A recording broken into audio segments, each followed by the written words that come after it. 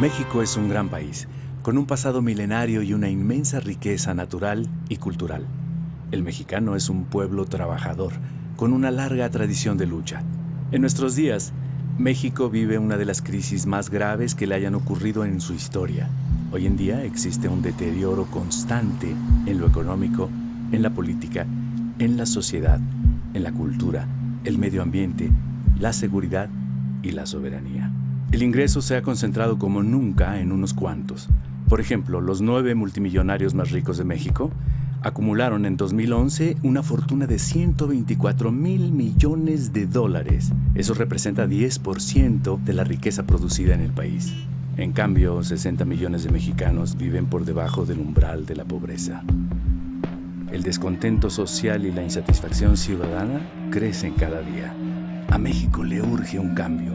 Millones de hombres y mujeres trabajan en la transformación del país y para lograr que los ciudadanos se organicen para tomar en sus manos el destino de la nación. Con una historia como la de México, es difícil creer que 30 familias sean más poderosas que 107 millones de mexicanos.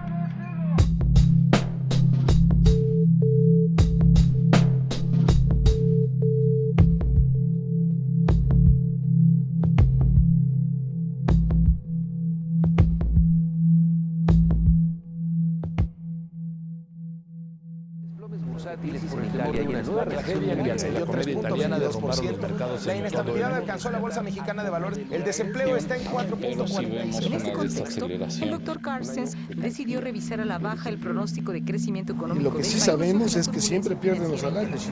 Trabajadores de Mexicana de Aviación exigen la reactivación de la aerolínea. A las afueras del estadio de Torreón. Dicen que la situación de México es cosa del destino. No hay empleo, no hay forma de cómo buscar la vida honradamente, por eso la gente se van en lo más fácil, por eso es que se vuelve todo muy difícil la situación.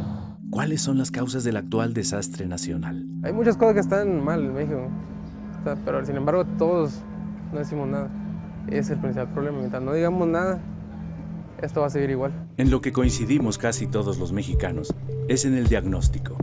México está en crisis y cayendo. A mucha gente no le gusta escuchar esto. Piensan que si ignoran lo que pasa, evitarán que les afecte. Pero es importante saber lo que ocurre para poder cambiar nuestra realidad. Ya cada día se tiene que prescindir de un producto para poder comer y cada día eso pues afecta a la salud, afecta también a la población en cuanto a la educación, o sea, un niño que tiene hambre, que va sin comer a la escuela, pues evidentemente no va a rendir lo mismo que un niño que está bien nutrido. Entonces no hay mejoramiento de la vida, cada día el nivel de vida es peor y las condiciones pues como ya lo vieron aquí no, como que no hay esperanza para el futuro.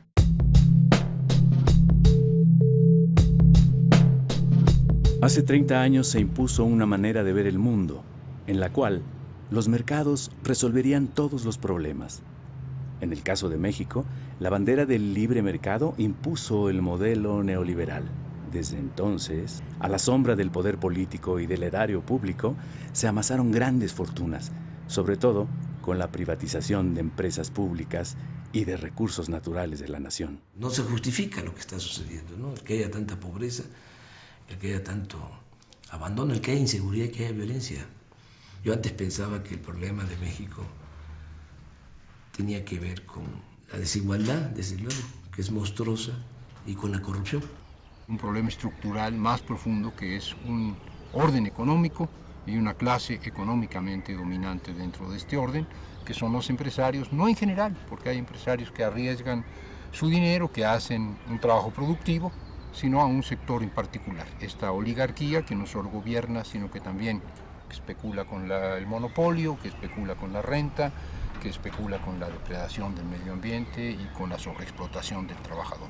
Esa gente que tiene el poder económico captura el poder político y el resultado fue esa gran concentración de ingreso y de poder.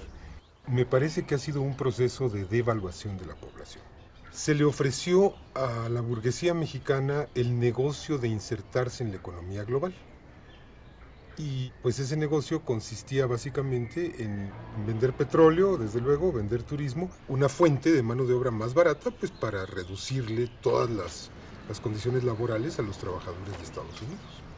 Este modelo que se empieza a aplicar en el mundo desde mediados de los 70 y se define que había que apostar por la privatización, que había que pensar en ayudar mucho a que los de arriba hicieran dinero, porque si había dinero arriba iba a permear. Para llegar a eso se tenía que entregarles a ellos, ¿no?, los bienes de las naciones, los bienes de los pueblos. ¿Qué tipo de riqueza es la que las instituciones han favorecido que se acumule? Y uno debiera pensar que esta riqueza no es precisamente la que se hace, diríamos, de manera honesta, produciendo y haciendo inversiones, sino la riqueza que se obtiene mediante los monopolios excluyentes. Vamos a ver, digamos, el Estado controló en México la banca completa y hoy el sistema financiero ha sido privatizado de nueva cuenta. El sistema financiero es la fuente de acumulación especulativa más grande de la humanidad entera. Estas grandes corporaciones económicas, legalmente, mediante reformas en el Código Fiscal, no es algo ilegal, tienen regímenes fiscales de excepción. Son regímenes fiscales que les permiten, por ejemplo, pagar menos impuestos sobre la renta que un profesionista liberal, que un médico, que un abogado, que un trabajador. No pagan en proporción a los beneficios que obtienen. Esa es una vía que les permite acumular riqueza. Han sido las prebendas, los apoyos ilegales, las leyes monopólicas, las concesiones fraudulentas, las que han construido el gran capital en este país. Se ha construido a la sombra del favor. La concesión para que tengas una televisión para toda tu vida, la utilización del Estado como el gran financiador de la riqueza privada y del gran capital y de la oligarquía. Este modelo avanza en su salvajismo, en su barbarie, de manera progresiva. Es decir, se empieza con las desincorporaciones, con las ventas de entidades de propiedad pública, se sigue con el saqueo descarado, se sigue con el contratismo que permite transferir muchos miles de millones de dólares de la propiedad pública a la privada. Un proceso de destrucción de una parte de lo que fue la industria nacional, ¿sí?, en el sector metalúrgico, en ferrocarriles, en bancos, en vías aéreas. Un proceso de privatización siempre además teñido por el estilo mexicano, abuso de poder, corrupción, ¿sí?, entregarle a herederos, primos, amigos, cuates, ¿no?, parte del negocio. Una de las cosas que han hecho crecer seriamente en México las lógicas delincuenciales fue la entrada en vigor del modelo neoliberal. Podríamos pensar que es una violación masiva de derechos humanos a la población rural y a la población indígena, porque atrás de esto está el intento de reapropiarse del 60% del territorio nacional en manos actualmente de campesinos para pasar a manos privadas. Todo el esquema legal está diseñado de tal suerte que se protejan, se defiendan estos grandes intereses económicos y mediáticos que promueven este modelo económico, moral, entre comillas, de individualismo posesivo, de acumulación de la riqueza, de desmantelamiento de la solidaridad y la cooperación, de las redes del tejido social que antes existían en nuestro país.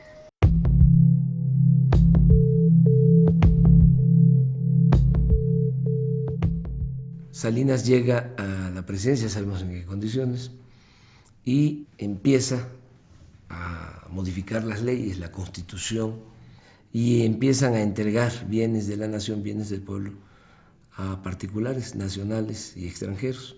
Salinas impuso la agenda neoliberal, creó un grupo compacto con los beneficiarios del remate de los bienes públicos, quienes le ayudaron económica y políticamente a crear un poder transeccional. Vendieron Teléfonos de México, una empresa pública que tenía un gran potencial, que nos dijeron que estaba en quiebra y que resulta que un empresario lo compró por migajas y que utilizando la tecnología de Teléfonos de México de pronto se volvió el hombre más rico del mundo. La gente más cercana a Salinas fue la que se queda con empresas públicas, con bancos, se quedan con las reservas mineras de la nación. El presidente Salinas remató 18 bancos en 13 meses. Junto con su hermano Raúl y Pedro Aspe, secretario de Hacienda, personalmente repartieron empresas y bancos. En solo 5 años, entre 1988 y 1993, fueron vendidas más de 1,000 empresas estatales y unidades industriales. Nosotros privatizamos los bancos, la compañía telefónica, las líneas aéreas, la siderurgia, las minas. Estamos ahora procediendo a privatizar los puertos, los aeropuertos. Salinas dio por terminado el reparto agrario. Promulgó la reforma al artículo 27 constitucional aprobada por el Congreso que legalizó la venta de tierras ejidales y comunales. Modificó la ley minera y desincorporó reservas nacionales. Autorizó concesiones a particulares nacionales y extranjeros para explotar las riquezas mineras de México. Y, por si no fuera suficiente, derogó el impuesto a la extracción. Se llevan todo y no dejan nada. Hay un dato que es revelador de lo que significó este saqueo. En 1988, en la revista Forbes, que es la revista especializada en finanzas, donde aparece la lista de los hombres más ricos del mundo, solo aparecía en esa lista una familia mexicana, los Garzazada. Y al final del sexenio Salinas, la revista Forbes de 1994 da a conocer que ya hay 24 multimillonarios mexicanos que ya están en la lista de los hombres más ricos del mundo. En su conjunto acumulan alrededor de 48,000 millones de dólares. O sea, este es un dato, ¿no? Importante porque refleja con claridad de cuánto fue el traslado de dominio de bienes de la nación, de bienes del pueblo, a particulares.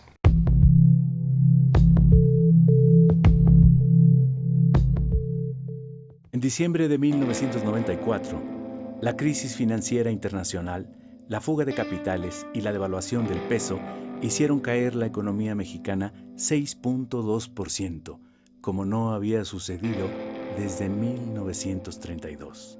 La primera decisión que tomó el presidente Zedillo fue rescatar a empresarios y banqueros con recursos públicos, olvidando a los deudores y a la gran mayoría de los mexicanos. Creó el Fondo Bancario de Protección al Ahorro, FOBAPROA. Se rescató básicamente a los grandes banqueros, a los grandes intereses económicos con recursos públicos, y ahí participó el Ejecutivo, o sea, Zedillo, y participó también la Cámara de Diputados, el Congreso de la Unión, avalando esa privatización de los beneficios y socialización de las pérdidas. El FOBAPROA es un barril sin fondo. Zedillo prometió que el rescate bancario costaría 180,000 millones de pesos. Desde 1995 se han pagado intereses por más de 600,000 millones de pesos, pero la deuda sigue casi intacta. En 2010, el Instituto para el Ahorro Bancario tenía un adeudo de 1.300.000 millones de pesos. Este monto, se estima, solo podrá ser cubierto hasta dentro de 70 años. ¡Qué cosa más jodida! Todavía estamos pagando y estaremos pagando por décadas y décadas la presunta salvación, el FOBAPROA, y finalmente los bancos ni siquiera están ganando dinero prestando, ni siquiera están ganando dinero apoyando a los que invierten, están ganando dinero simplemente porque el gobierno les está pagando los intereses de una deuda que no está amortizando. Esto es especulación. Ya sin deudas, los banqueros rescatados vendieron sus bancos a corporaciones extranjeras, obteniendo enormes utilidades.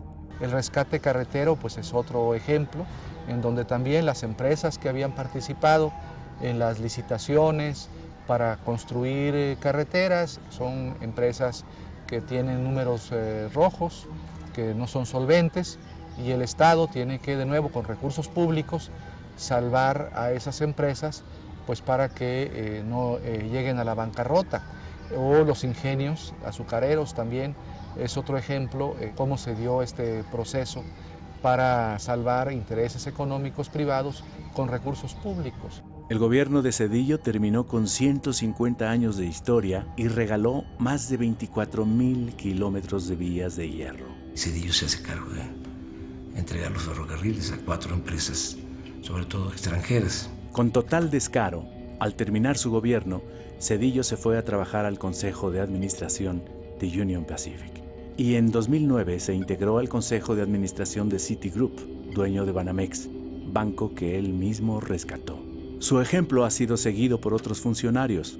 Adrián Layuz, director de Pemex con Zedillo, es consejero de la petrolera transnacional Schlumberger. Pedro Aspe, secretario de Hacienda con Salinas, es miembro del Consejo de Administración de Televisa, y Francisco Gil Díaz, subsecretario de Hacienda con Salinas y secretario con Fox, hoy se desempeña como director de Telefónica.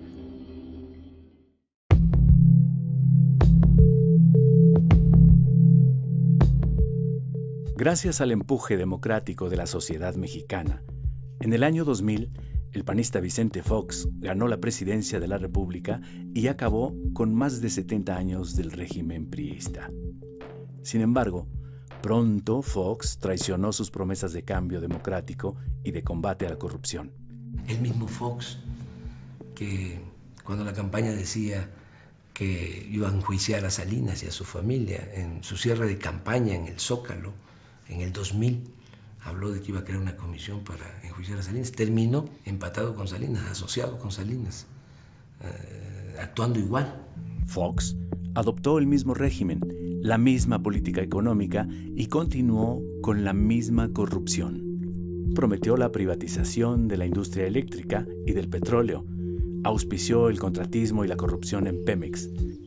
Hay un ejemplo, los hijastros de Vicente Fox, que al amparo del tráfico de influencias hicieron todos los negocios habidos y por haber en renta de buques, en renta de maquinarias. Hay toda una relación de las inconsistencias, de las revisiones que hizo la propia Auditoría Superior de la Federación. La desgracia nacional ha sido obra de un grupo de personas con nombres y apellidos, de partidos políticos y de grupos empresariales que tienen responsabilidades.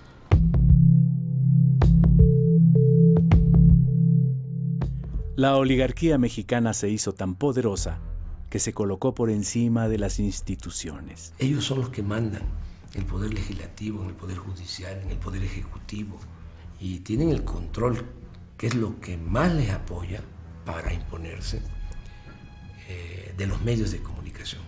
¿Cómo se hace todo este acuerdo entre empresarios, políticos del PRI, del PAN, para mantener este esquema político, económico, de dominación?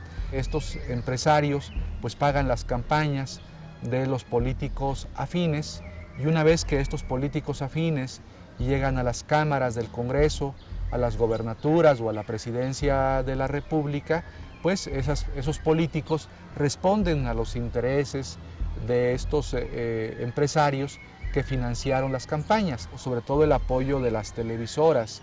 Por lo mismo, pues en México no se garantiza el derecho a la información. Ellos son los que deciden qué informan, qué no informan. Ellos administran la ignorancia en el país. La oligarquía ha construido toda una red de desinformación y es muy importante. No puedes hacer democracia sin información.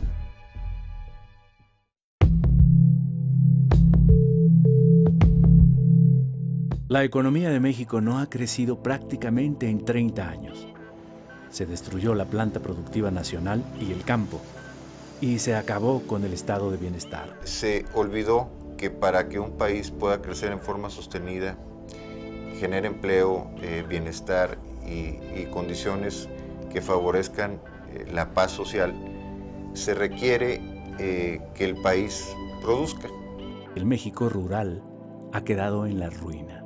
Nuestro país ha vivido en los últimos 30 años lo que yo llamo una guerra contra la agricultura campesina, contra los pequeños y medianos productores de nuestro país, para imponer un modelo de dependencia alimentaria, un modelo de alimentación chatarra y un modelo de desigualdad, aumentando la pobreza y la malnutrición de nuestro país. Los tecnócratas redujeron los apoyos a los productores, eliminaron aranceles y permisos de importación, también la inversión pública destinada al sector agropecuario. Desmantelando la producción nacional, dándole la espalda a los campesinos mexicanos y generando una liberalización que solamente ha beneficiado a un puñado de grandes corporaciones agroalimentarias mexicanas y transnacionales. Los empresarios pequeños y medianos pues son los olvidados del sistema y sus intereses son sacrificados a los intereses de los grandes empresarios monopólicos que son los que controlan al gobierno. El sector energético nacional dejó de ser prioridad. Nos tardamos muchísimos años, décadas, en construir empresas mexicanas del Estado con una fuerza técnica muy importante, y en los últimos 20 años prácticamente lo han ido desmantelando poco a poco. A pesar de que constitucionalmente está prohibido, se permitió, digamos, entre comillas, la participación privada en la generación eléctrica. La industria petrolera nacional ha sido desmantelada. Todo se concentra en la venta de petróleo crudo al extranjero. México importa más de 40% de la gasolina que consume y 25% del gas que necesita. Eso provoca los altos precios en los energéticos que perjudican a los consumidores y productores. Las inversiones en Pemex no solo cada vez son de menor cuantía, sino que están mal dirigidas, con toda la intención no de producir más hidrocarburos, sino con la intención de hacer negocio con empresas particulares. A inicios de 2008 hay una iniciativa de Calderón de privatizar prácticamente todas las áreas del sector petrolero. Eso él le llamaba una reforma energética. Toda la cadena petrolera se quería privatizar. Viene un gran movimiento.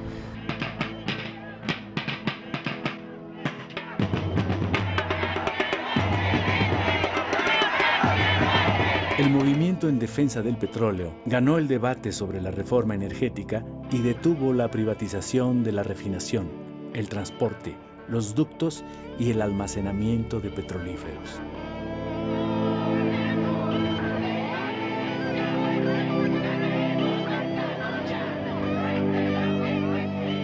Aunque hay que decir que las luchas logran parar, pero el intento privatizador por parte de Calderón sigue. Están buscando a través de otras leyes como las asociaciones público-privadas privatizar los ductos o buscar un esquema de privatización de las refinerías. México tiene un gran tesoro, un tesoro escondido debajo del fondo del mar. Todo el cuento era de que necesitábamos a las empresas porque tenían mucho conocimiento para explotar en las aguas profundas. Bueno, los primeros contratos que sacan son en tierra y además una parte de la ganancia de esas empresas va a estar vinculada a la producción del petróleo, cosa que está claramente prohibida en la ley. El 80% de los pozos de producción y exploratorios se dan en la región norte y el 20% restante en la región sur y en las dos marinas, cuando que es en estas tres regiones donde se produce el 90% de los hidrocarburos. En la región norte está la zona de Burgos, la zona de Chicontepec, que ha sido una zona que, sobre todo en los últimos años, se ha destinado para darle contratos multimillonarios a empresas norteamericanas y empresas españolas, como Repsol, como Schulenberg, como Halliburton.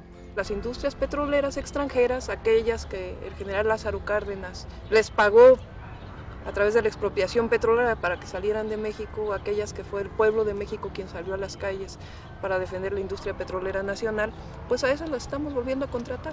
El sector eléctrico mexicano pues está desmantelando y las fuentes que suministran para generar electricidad son importadas. Y las tarifas eléctricas están por los cielos, en parte pues para favorecer a unas cuantas empresas que ni siquiera nacionales son, porque la mayoría son españolas y estadounidenses. Quien hace estos arreglos, estos enjuagues con estas empresas para comprarles maquinaria y equipo, es el brazo derecho del que era en ese momento el director de la Comisión Federal de Electricidad, Elías Ayub, y le pagan con un Ferrari, le pagan con un yate, le dan miles o cientos de miles de dólares. Se descubre en Estados Unidos el acto de corrupción culpan y multan a las empresas que se prestaron a esto, y en este país, en México, el grado de impunidad es extraordinario. La liquidación de Luz y Fuerza del Centro, ordenada por Calderón, dejó sin empleo a 44,000 electricistas y avanzó en la privatización de la industria eléctrica. Las empresas nacionales fueron, en la concepción de Cárdenas, el dinamo del desarrollo, era el motor que empujaba, que permitieron lanzar fuertes recursos para educación, salud, vivienda. En la lógica neoliberal es más eficiente lo privado que lo público, entre comillas. Es verdaderamente chistoso. ¿Por qué venden empresas si son rentables? Esta es la gran pregunta, ¿no? ¿Por qué no las hacen verdaderamente rentables y aprovechan sus ganancias para financiar el gasto público? No tiene ni lógica ni corazón. Ha sido un desastre.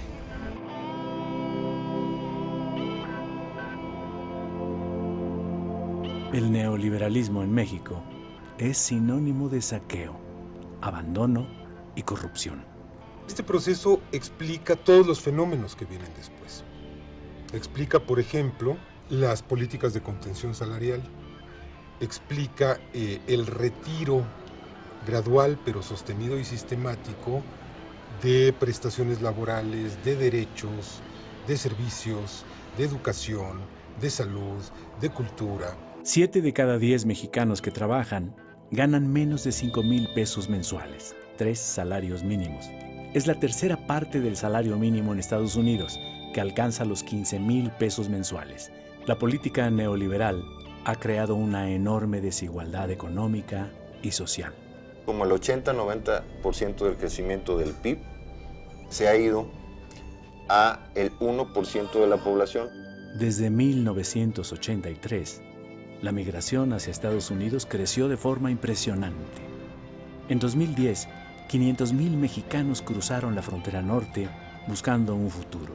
El desempleo y la falta de oportunidades de educación serían las razones principales por las cuales las corrientes migratorias de México hacia Estados Unidos siguen incontenibles, a pesar de la represión generalizada que se está viviendo actualmente en los Estados Unidos en contra de los mexicanos en particular y de los inmigrantes en general. Cada año 1 millón de jóvenes ingresa al mercado laboral, pero ni 25% logra encontrar un empleo. Más de 20 millones no tiene para pagar la canasta básica, pues el salario ha perdido 80% de su poder de compra. Hace 28 años el salario mínimo alcanzaba para comprar 51 kilos de tortilla o 280 piezas de pan blanco o 12 kilos de frijol bayo. En 2011, con el mínimo, solo se puede adquirir 5 kilos de tortilla o 25 piezas de pan o 3 kilos de frijol. El campo mexicano ha sido desmantelado de muchas maneras, ha sido privado de los recursos públicos en los cuales el fomento de la producción agropecuaria estrictamente con el esfuerzo campesino no se puede lograr. Se han abierto las fronteras a la importación de granos básicos, se ha estimulado únicamente al sector empresarial, que es el que menos lo necesita, se ha desalentado de muchas maneras la agricultura y sin embargo México sigue siendo un país con campesinos. Hoy 70% de las gentes que viven en el campo están en condiciones de pobreza. Los neoliberales redujeron el gasto social, dejaron de invertir en infraestructura, clínicas, hospitales, educación y seguridad social. Se busca que los mexicanos tengamos un nivel educativo que llegue exclusivamente hasta la secundaria. Mano de obra barata, que sirva a los intereses de los grandes países industrializados y que produzca a muy bajo costo. Hay millones de jóvenes que desean estudiar la educación media superior y que no pueden, sencillamente porque no hay espacios.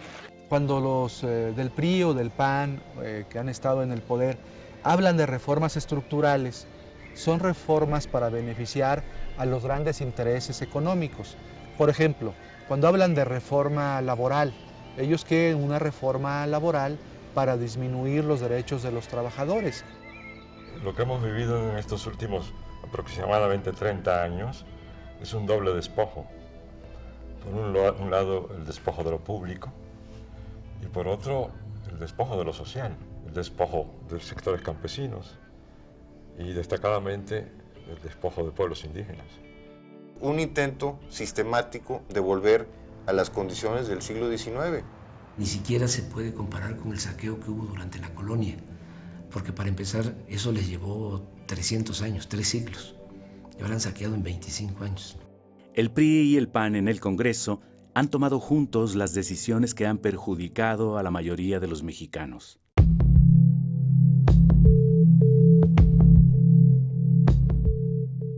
De Salinas a la fecha han concesionado 52 millones de hectáreas. Estamos hablando del 26% del territorio nacional. Ni en la época de Porfirio Díaz las compañías deslindadoras llegaron a quedarse con tanto.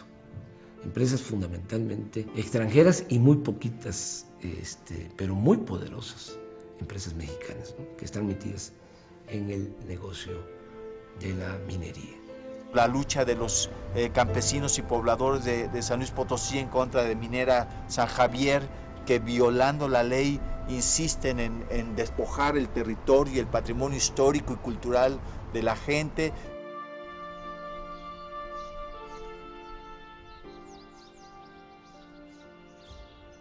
Viene la compañía minera San Javier y venden todos los lotes mineros, venden todas las concesiones, venden las calles, venden la iglesia, venden el pueblo, venden todo lo que representa al pueblo y nos dejan a la deriva. Formamos un grupo que en la actualidad se conoce como el FAO y ha llevado una lucha durante 15 años contra un proyecto minero que todo el mundo conoce, el de Minera San Javier.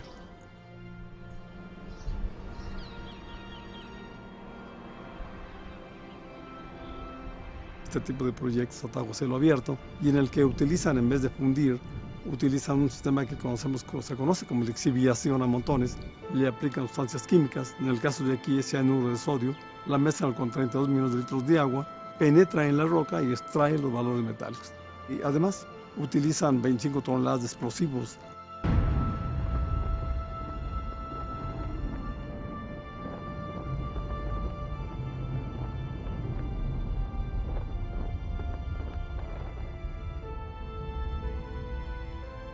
Ahí al fondo estuvo el Cerro de San Pedro, el cerro histórico que aparece en el escudo de armas de la ciudad de San Luis. Ya desapareció ese cerro. Va a quedar un cráter gigante en vez de esas montañas. Hay montañas ahí de materiales sulfurosos. Esos materiales sulfurosos ahí van a quedar para la vida, ¿no? Se convierte en ácido sulfúrico. Cuando llueve, escurren y va a llegar a los acuíferos. Aquí estamos sobre un acuífero, que es el que surte a todo el Valle de San Luis Potosí y los municipios conurbados a San Luis Potosí. Es un acuífero muy grande. Va avanzando y va quemando toda la maleza, acaba con la flora y por supuesto con la fauna. Ya no hay animales, no hay ni moscas, todo se acabó. Lo vemos como una nueva conquista contra nuestro país, alrededor del 40% con cifras de la Camimex. El país está concesionado y buscan obtener el 70% del territorio nacional. Vemos que es un panorama muy oscuro contra México por lo que representa. No nada más la destrucción ambiental, las cuestiones sociales, sino también todo el consumo de agua de estas empresas mineras. El vital líquido que en este valle que es desértico no lo tenemos, ellos gastan millones de litros al día, alrededor de 32 millones. Pero si sumamos todos los proyectos de minas en el país, es lo que en una hora se gasta en lo que todo el país completo. Entonces lo vemos como algo muy preocupante. Para poder instalarse en una comunidad como aquí o como cualquier otra, normalmente van a encontrar resistencia. Entonces tienen que acudir a sistemas pues también socialmente agresivos, ¿no? Se encargan de intimidar, amenazar, de golpear y si es necesario de eliminar físicamente a los opositores a los proyectos. Se han agredido, a mí en lo particular me balacearon en la compañía minera y nos trataron de lincharnos. Lo único que nos dejan realmente es una depredación ambiental, una división social, rompen el tejido social de las comunidades, dividen a las familias, hacen que se enfrenten, que se peleen y enfermedades a posterior. De los riñones, enfermedades renales. Pero como yo, hay muchos también que es lo mismo. Esto ha sido una felonía lo que han hecho con mi pueblo.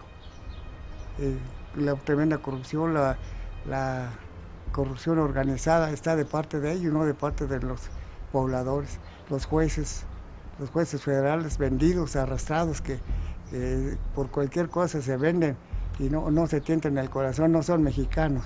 Esa supuesta fiebre del oro no deja una bonanza en nuestras comunidades y en el país. Pero algo que sí hemos notado, y es irónico, que sí dejan, es millones de pesos en corrupción. No es casual que una empresa de este tamaño opere ilegalmente y el gobierno pues haga de la vista gorda, voltee para otro lado y no hay problema, ¿no? Viene desde Ernesto Zedillo, o sea, que están involucrados en este proyecto de Minera San Javier, obviamente Vicente Fox y obviamente Calderón. En realidad esto que nos pasó a nosotros y que nos está pasando no tiene comparación. Aquí está San Pedro, donde se inició la primera lucha a nivel nacional contra estas mineras. Pues el ejemplo ya cundió, donde quiera que llega un proyecto de minero aquí en México, en nuestro país, que en la actualidad suman como 750 más o menos, todo largo y ancho del país, pues donde quiera ya hay brotes, porque ya hay la experiencia de muchas partes de los graves daños y impactos graves a la población que causan. Hay concesiones que son otorgadas por el gobierno federal, principalmente para explotaciones mineras, para construcciones de presas, para construcciones de grandes vías de comunicación, pero la gente no está siendo consultada. Ahí se está violando la libre determinación de los pueblos indígenas. Tenemos un problema muy fuerte con una empresa minera. Esta empresa minera estuvo explotando los recursos del subsuelo de la comunidad de Capilapa de Méndez durante 225 años. La empresa minera venía por abajo de la comunidad y usan dinamita, cartuchos, explosivos, y toda el agua que hay en la superficie se va para abajo. Y hasta la fecha llevamos 14 veneros ya perdidos por completo, no hay agua. Lógicamente que la minera ha buscado estrategias para que se dividan los pueblos de la Sierra Juárez. Entonces la gente ya decidió decir no a la minería. Tenemos ya hasta el momento ya notificados en la Secretaría de Economía y la Secretaría de Minas, pues ya 34,000 hectáreas concesionadas entre lo que es Ejutla de Crespo y Ocotlán de Morelos, ¿no? Todo está gobernado, manipulado y diseñado desde los asesores de la empresa minera Cuscatlán. San José Preso como municipio ha venido gestionando la posibilidad de poder tener una concesión para explorar y explotar un pozo profundo para el agua potable de la comunidad, la cual siempre ha sido negada bajo el argumento de que en la zona de valles centrales de Ocotlán no hay suficiente agua para poder hacer ese tipo de obras, ¿no? Sin embargo, a la empresa minera sí se le dan 5 concesiones para explotar pozos profundos en la zona. El gobierno federal ha concesionado hasta el 2058 las minas, ¿no? Sin tomar en cuenta a las autoridades de los pueblos, ¿no? Países como Canadá muy enriquecidos a costa de la pobreza de nuestros pueblos, a costa de nuestras vidas. A ellos no les interesa nuestras vidas, a ellos les interesa nada más el oro. El rechazo de millones de jóvenes, de millones de personas a la falta de oportunidades que ha generado el modelo neoliberal, que deja a millones de seres humanos sin empleo, sin oportunidades de educación, sin oportunidades de salud, los deja sin esperanza.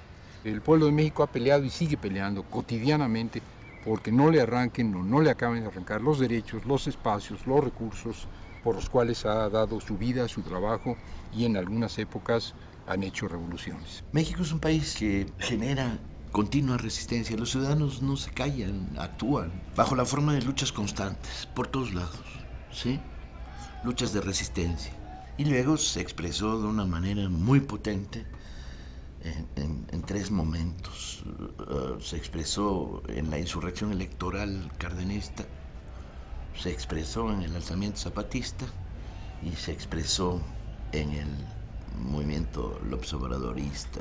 Han sido los 3 grandes momentos donde se produjo conjunciones de fuerzas, ¿no? Que estaban disidentes, peleando, resistiendo, pero que se encontraron.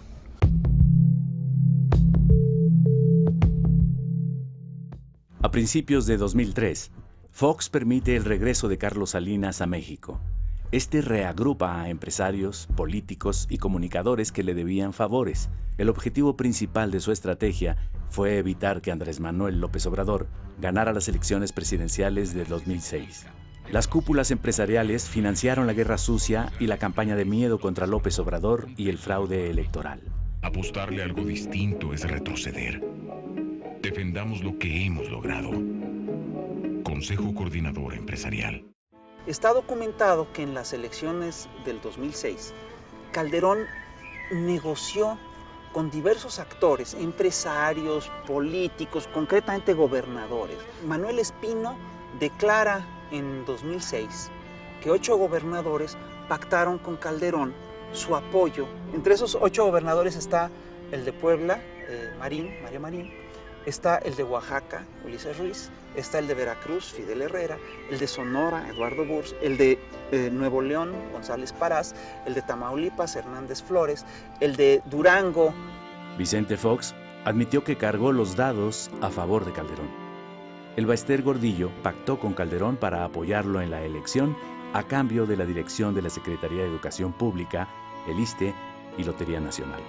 Sí acordé con el presidente Calderón, sí lo hicimos de manera responsable y democrática, aceptando nuestras diferencias. El fraude electoral de 2006 se orquestó para evitar un verdadero cambio político y económico en México. Las elecciones de 2006 no fueron certeras, no fueron libres, no fueron transparentes, no fueron creíbles, porque hubo una distorsión de la voluntad popular que se expresó de muchas maneras, no solo en la manipulación de los sufragios, sino desde mucho antes con la abierta participación del Ejecutivo Federal en la conformación de la candidatura de Felipe Calderón. La negativa de Calderón al voto por voto, casilla por casilla, amparándose en la corrupta estructura del IFE, dominada por el Baester Gordillo, otra de las figuras negras en la historia de este país, daba cuenta de que algo, que era cierto, que no habían ganado. Yo soy de los que están plenamente convencidos de que Calderón no ganó las elecciones, de que las ganó López Obrador. La resistencia era obligada, decir, no, espérame, te vas a robar las elecciones, nos vas a quitar a los mexicanos el derecho a decidir. Creo que fue un gran momento para muchos y que consolidó una forma de disidencia y que fue sano y que expresó el sentir de... Pero también creo que no acumulamos las suficientes fuerzas para detener el fraude. 2006 demostró que se requerían algunas cosas más. Una de ellas, por supuesto, es un nivel mínimo de organización social, organización popular, y un nivel también de conciencia más clara de cuáles son los grandes problemas nacionales.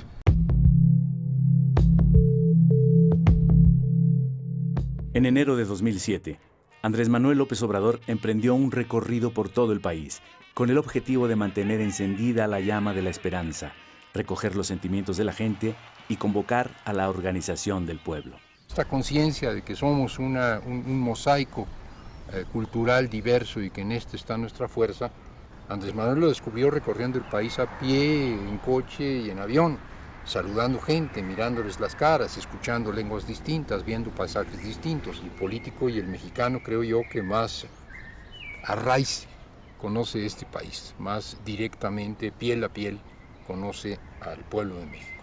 La fortaleza, ¿no?, que hay en nuestro pueblo, ¿no?, la grandeza de México, ¿no?, en las distintas regiones, por la cultura. México es heredero de la gran civilización mesoamericana. Este país se fundó hace 10.000 años. Ahí están las comunidades con sus costumbres, sus tradiciones, sus valores. Hay una gran reserva de valores. Por ejemplo, en el asunto de la inseguridad y de la violencia, hay menos inseguridad y violencia en donde se mantienen las tradiciones, las costumbres, la organización social tradicional. En comunidades indígenas, la inseguridad y la violencia se da más en donde hay descomposición social, en donde se rompió el tejido social, en donde no hay vida comunitaria, en donde hay pérdida de valores. Lo he constatado en mis recorridos, ¿no? La gente extraordinaria, gente buena, con, insisto, muchos valores, que lamentablemente se han ido perdiendo y que hay que fortalecerlos, que hay que consolidar, que es parte de nuestra propuesta. En 5 años, López Obrador ha visitado varias veces todas las regiones del país. Como nadie, conoce cada pueblo y a su gente. De primera mano, sabe de la situación económica, social y política. Luego, pues ve uno cuántas riquezas hay en el país. hay pues, petróleo, me molesta mucho, ¿no? Cada vez que voy a la zona petrolera, ¿no? Una explotación irracional. Me da coraje porque nos estamos derrochando con la herencia de las nuevas generaciones. O sea, nosotros estamos quedando con la herencia de nuestros hijos y nuestros nietos, porque el petróleo es un bien no renovable y esta generación se lo está acabando, estamos agotando. Pero hay todavía, y hay gas, litorales y bosques y selvas y agua, buenas tierras para la producción agropecuaria. En el norte, minas de oro, de plata, de cobre. Me tocó ir a las zonas mineras, ir a las minas, allá en la Sierra de Durango, en la Sierra de Chihuahua. El trato que tienen los extranjeros en las minas es especial. Llegan a tener hasta sus canchas de tenis, buenos hoteles. Los trabajadores viven muy mal. Todo lo que es el entorno de una mina es destrucción, pueblos abandonados, caminos de terracería. No pagan los canadienses a los obreros mineros mexicanos lo que se paga en Canadá. Tampoco se cuida el medio ambiente como se cuida en Canadá. Entonces todo eso lo vi, lo constato. Me duele mucho todo lo que tiene que ver con la pobreza.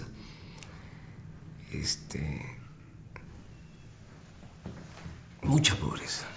Eso no hablamos mejor, pero es muy doloroso, ¿no? Porque hay mucha gente que no tiene ni para comer. Bueno, hay partes buenas, bueno, todo es bueno, pero tenemos un país con mucha belleza también. Ha sido para mí un privilegio, ¿no? El recorrer a ras de tierra todo el país, conocerlo muy bien.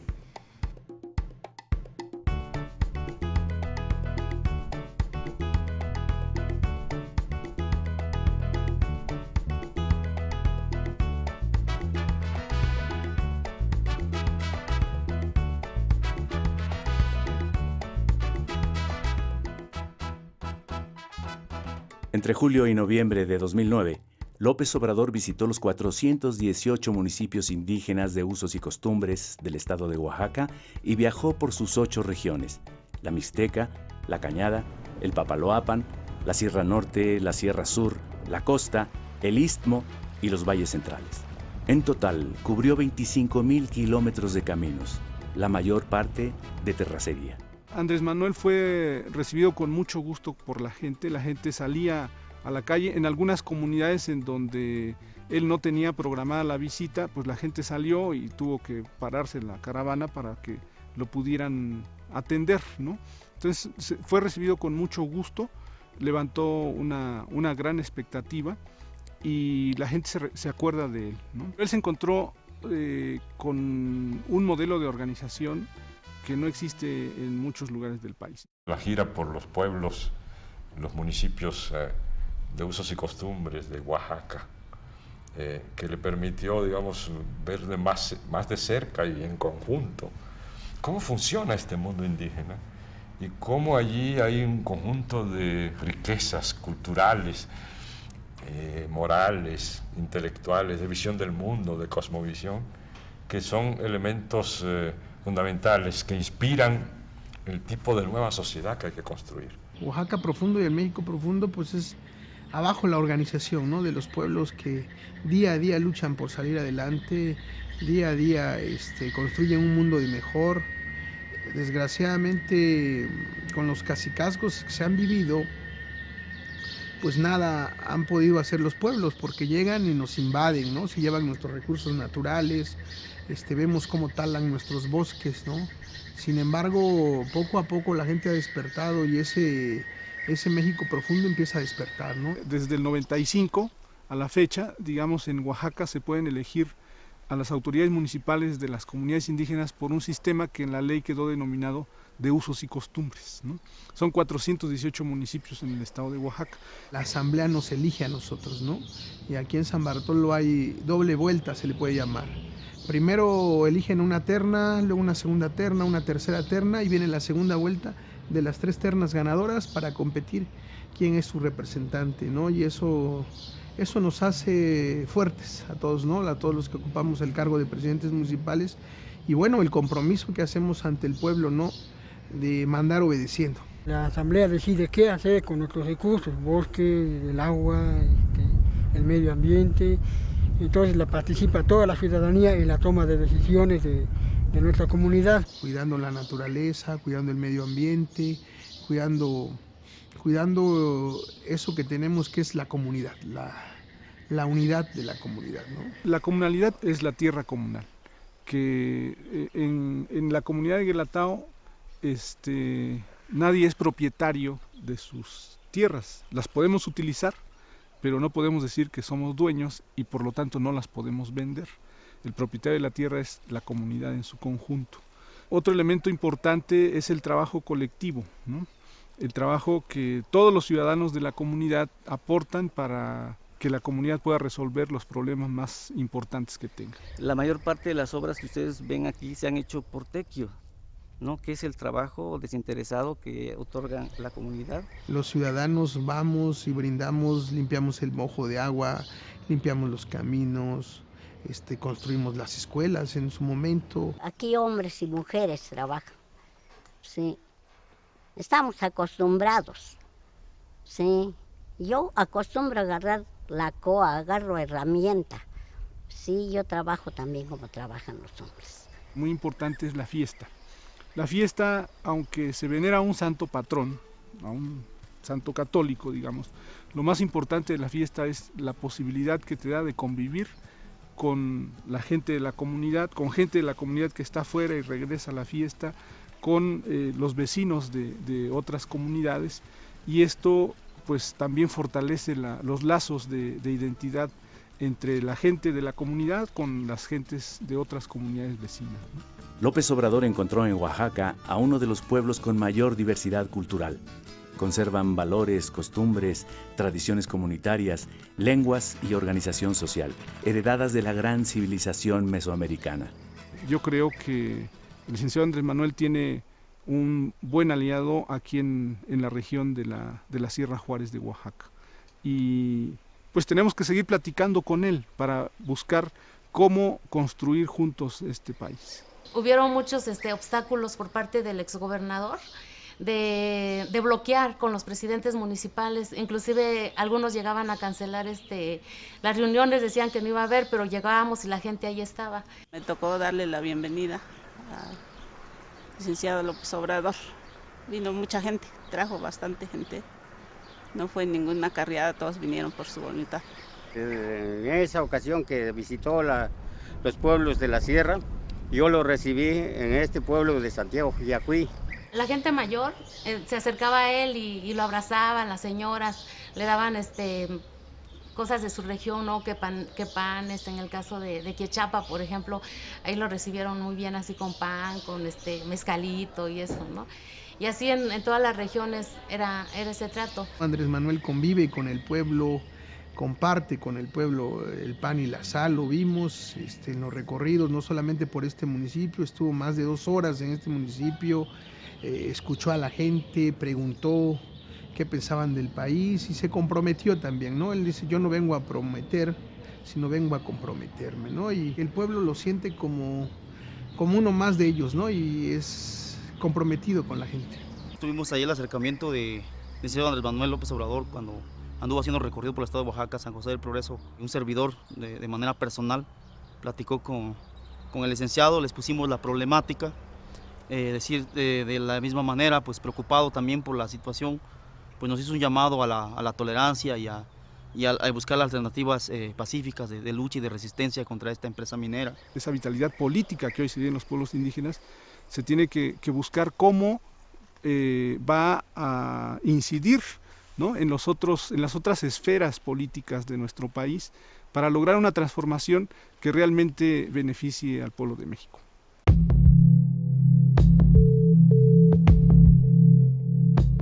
Si no hay un cambio de régimen, no vamos a encontrar la salida, ni como pueblo ni como nación. De eso estoy convencido. O sea, si no hay un cambio verdadero, si no hay reformas en todos los órdenes de la vida pública, en lo económico, lo político, lo social, si no se fortalecen valores espirituales, morales, culturales, no hay salida. Al contrario, cada día va a estar peor la situación. Se va a seguir hundiendo el país. Lo que decía Juárez, ¿no? Justicia, no venganza. Sencillamente ya ellos ya no van a dominar en el país. La transformación de México no es la tarea de un solo hombre, es tarea de todo un pueblo. Tengo que ser realista. Lo he analizado, lo he reflexionado, lo he pensado mucho y sé que la única opción es el que entre todos podamos llevar a cabo la renovación tajante de la vida pública. La continuidad del PAN significa la continuidad de lo que estamos viviendo, o sea, un manejo de la economía contra los ciudadanos y una guerra contra el narco, que es una guerra contra los ciudadanos de nuevo. El retorno del PRI puede resultar verdaderamente trágico. Regresan con 12 años de no haberle podido meter el diente a las arcas del poder y van a querer comérselo todos. Es la horda de los 40 ladrones de Alibaba, pero potenciados a la mexicana. Como ya no les funciona el PAN, no les funciona Calderón, lo hacen a un lado y echaron a andar ya una operación de recambio para hacernos creer de que si regresa el PRI van a mejorar las cosas en el país. Esa línea es Televisa, ¿no?, impulsando la candidatura de Peña Nieto. Que hay mucha gente que ya está creyendo de que si regresa el PRI las cosas van a mejorar. Esta crisis se gesta, se origina cuando el PRI dominaba. Los gobiernos del PRI fueron los que declararon la guerra radical contra los campesinos, firmando a espaldas de los campesinos el Tratado de Libre Comercio de América del Norte y entregando la seguridad alimentaria. Fue con el PRI que se hizo la contrarreforma agraria en el artículo 27 constitucional. Fue con el PRI que se instituyó el sistema de control corporativo a través de la CNC, en donde los campesinos no se les reconoció ni se les reconoce ahora como sujetos de derechos, sino como carne de cañón, como voto verde, como acarreados. Fue con el PRI donde se estableció el sistema de corrupción generalizada. Así que para el campo de ninguna manera es opción el retorno del PRI al Ejecutivo Federal en el 2012. Peña Nieto a la cabeza de esto es verdaderamente peligroso. Es un títere con Salinas moviendo los hilos, una combinación de las grandes televisoras, los gobernadores corruptos del PRI, el sindicalismo charro del Basteri y compañía. Lo peor de México está impulsando a Peña Nieto. Si la batalla es en el terreno de las ideas, la tienen perdida, porque ¿cómo van a defender los monopolios? ¿Cómo van a defender que los que ganan más impuestos ante la opinión pública, cómo van a defender que no paguen? Es imposible. Entonces, su estrategia, que creo que tiene sentido, aunque es perversa, es, pues vamos a atacar al mensajero, porque al mensaje está muy difícil atacarlo. Nosotros tenemos en la institucionalidad secuestrada un campo de batalla irrenunciable entre la barbarie de la mafia y la civilización de una sociedad que se organiza en muchas expresiones y de muchas maneras día con día. Es importante seguir insistiendo en esta vía pacífica de cambio, de transformación, aunque sabemos que las instituciones electorales están cooptadas también por los intereses económicos y estos intereses del modelo neoliberal.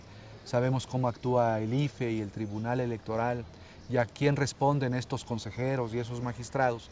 A pesar de ello, pues la vía más adecuada es la vía pacífica.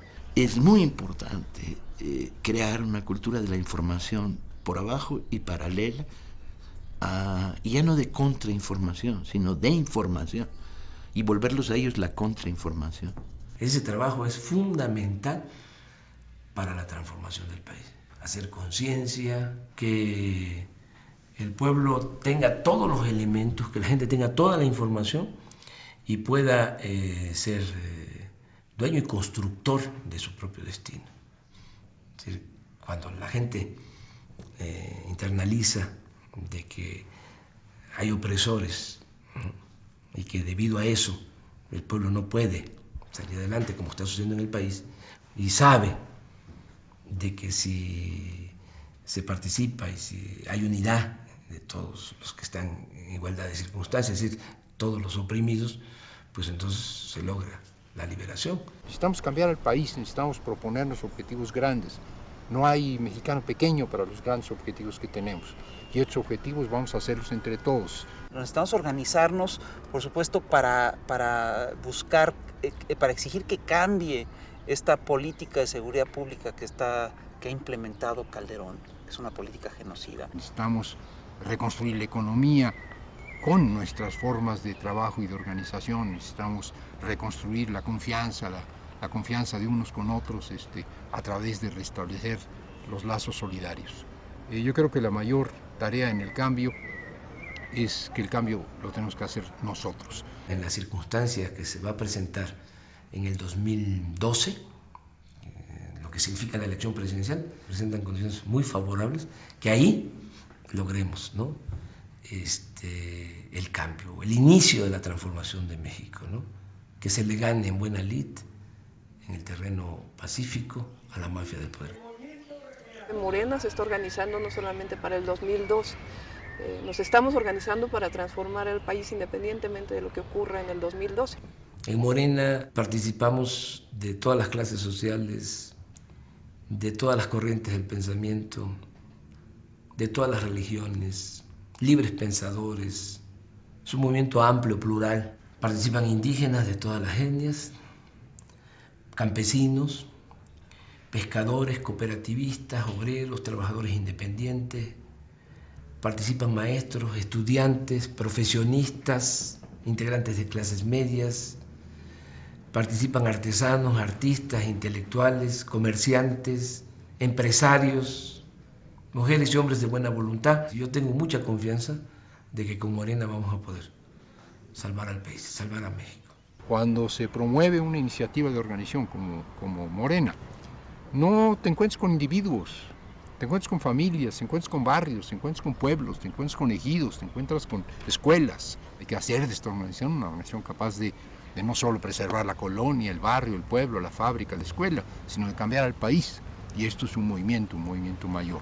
Una aportación extraordinariamente importante de López Obrador es el descubrir cuál es la palanca pues para el cambio. Es una reserva moral, es una capacidad de confiar en nosotros mismos, de apoyarnos en nuestra propia historia, en nuestra propia experiencia, en nuestra propia identidad. Lo que no hagamos por nosotros y desde nuestras raíces no lo hará nadie, no hay recetas y en última instancia es nuestra historia la que nos puede inspirar. Creo que Andrés, a través del trabajo de construir a lo largo y ancho del país, Morena le ha dado forma a las necesidades de millones de mexicanos de mantenerse vivos, activos, en acción y en disidencia. Gente decente, honesta y luchadora. Y me parece muy positivo el fenómeno. Nosotros lo vemos día a día, cómo la gente se manifiesta ya a favor del Movimiento de Regeneración Nacional. Cada vez se suman más, y no solo gente de abajo, la gente del pueblo, los trabajadores, los obreros, los campesinos, sino que cada vez estamos observando clases medias, estamos observando empresarios y que están dispuestos a apoyar. Andrés Manuel López Obrador se ha reunido con más de 1000 empresarios, principalmente pequeños y medianos.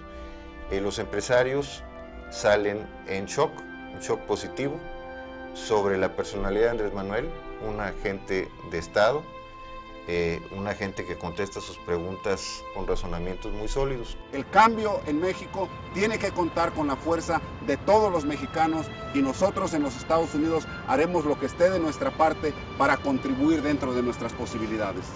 Queremos cultura para todos, educación para todos, trabajo para todos, para todas, pero lo queremos organizado de una manera distinta, con instituciones muy poderosas, pero fincadas en la capacidad de decisión que tiene el pueblo de México sobre cada uno de los aspectos de su vida. Andrés Manuel López Obrador es un dirigente muy singular.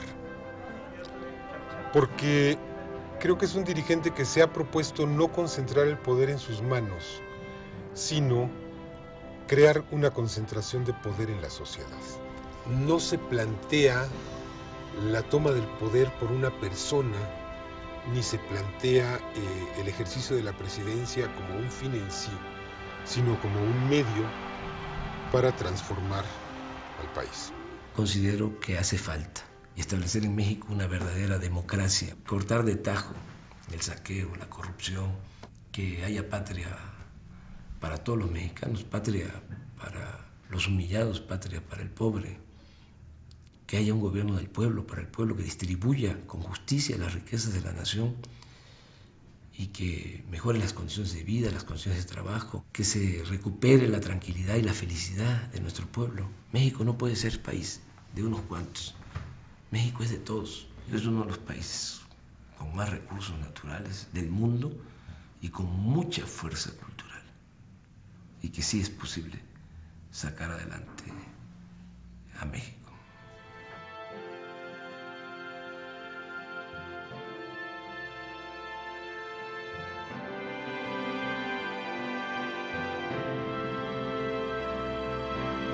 Confieso que soy un hombre de fe y convicciones, con errores y defectos, como todos los seres humanos. Nunca me ha interesado el dinero, pero sostengo que no todo el que tiene es malvado. Creo en la no violencia, en la libertad y en la tolerancia. Creo que el pueblo es dueño y conductor de su propio destino. Ustedes representan la conciencia honrada que se subleva ante la injusticia. Ustedes luchan por una nueva vida y trabajan por una patria nueva.